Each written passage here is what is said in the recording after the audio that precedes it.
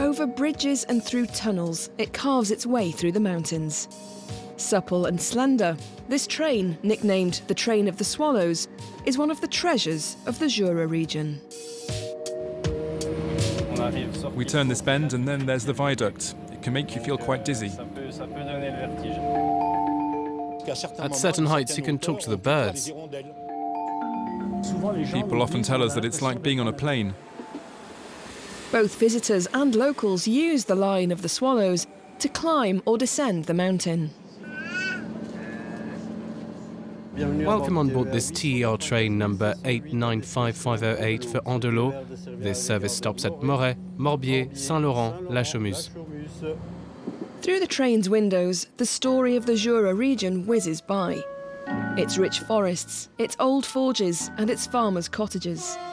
120 kilometres of track from Dole to Saint-Claude, through 36 tunnels, over 21 viaducts, at a height of between 300 and 950 metres above sea level.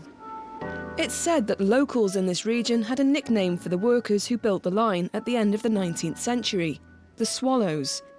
It's a poetic name for a legendary train line. But around the same time, another legend of this region was being born. In 1830 in Arbois, the parents of a certain Louis Pasteur came here to settle. The scientist spent all of his childhood here, in this small town. His name is even engraved at the top of the bell tower. Here we have the bell of the Pasteur family.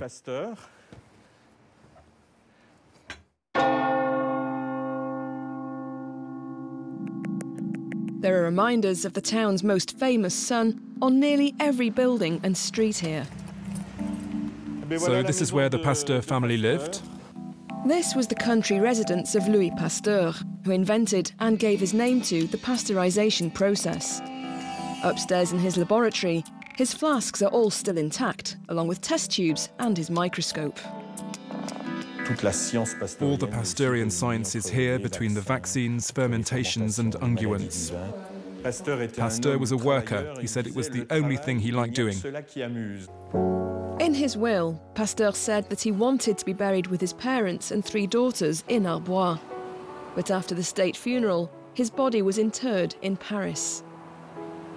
Nevertheless, in 1901, locals in Arbois erected a monument, a sign of their recognition for the man who always remained faithful to his hometown. Time now to go back to the driver's seat on the Swallows line. The view is beautiful all along here, regardless of the seasons. It's beautiful, it's quiet, we don't drive too fast. We have the time to enjoy the scenery. We've now arrived at the station in Morez. Jean-Louis is a former railwayman. Fascinated by this line, he knows a little secret place. And in the middle of this clearing, he shows us an underground tunnel. You can see how exceptional the stone masonry is here. It's an annex tunnel built before the First World War to store explosives. It was used to collapse the tunnel in the event of war and to prevent German troops from using the trains. Luckily, this little tunnel never had to be used.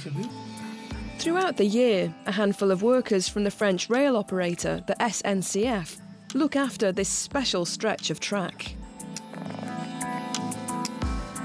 It's called the Swallows Line because you see a bit of heaven. Their job is to maintain the track and prevent the tunnels and viaducts from sagging.